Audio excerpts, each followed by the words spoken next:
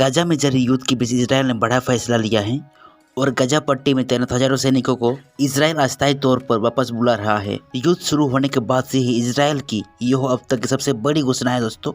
और सेना का कहना है कि बड़ी संख्या में लोगों की गाजा में तैनात होने की वजह से अर्थव्यवस्था प्रभावित हो रही है। आपको बता दें, बीते 3 महीनों से इसराइल में जरूरी गतिविधियां ठप है और इसका असर इसराइल इकोनॉमी पर हो रहा है। ऐसे में बेंजामिन नेतन्याहू सरकार ने कुछ सैनिकों को मोर्चे से बुलाकर काम पर जुटाने को कहा है।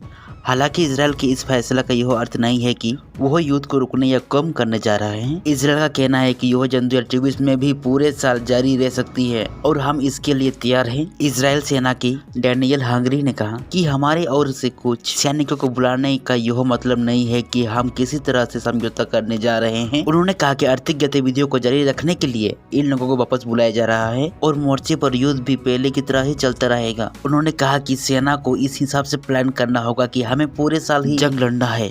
हंगरी ने आगे कहा कि हम कुछ सैनिकों को वापस बुलाए रहे हैं तो इसमें कुछ लोगों को मोर्चे पर वापस तैनात भी किया जाएगा। इस तरह के एक बैलेंस रहेगा और युद्ध के साथ अर्थव्यवस्था पर भी फोकस रहेगा। और आपको बता दें दोस्तों, अमेरिका ने भी इसराइल के इस फैसला पर स्वागत किया है। जो बाइडेन ने भी कहा कि हम इसी की मांग कर रहे थे और अब उम्मीद है कि उत्तरी गाजा में युद्ध थोड़ा धीमी हो जाएगा और यह नहीं आगे की रणनीति पर भी काम होगा। और अमेरिका विदेश मंत्री एंटनी ब्लिंकन इस महीने फिर से इसराइल का दौरा करेंगे। अमेरिका का कहना है कि इसराइल को अपनी सुरक्षा पूरा हक है, लेकिन उसी फिलिस्तीनी नागरिकों को निशाना बनाना चाहिए। इसके बजाय वो पूरा फोकस हमास के ठिकानों पर करे जिसमें 7 अक्टूबर को हमला किया था। आपको बता दें दोस्तों कि 7 अक्टूबर को शनिवार के दिन हमास ने इसराइल पर हमला बोला था। यह हमला शनिवार को इसीलिए किया गया था क्योंकि इसराइली इस दिन आराम करते हैं, यानी छुट्टी रहता है इस दिन को, और धर्मी धर्मकांड करते हैं। ऐसे में हमास ने यह भीषण हमला किया जिसमें करीब 150 लोग मारे गए थे और इसके अलावा बड़ी संख्या में उसने लोगों को बंधक भी बना लिया था।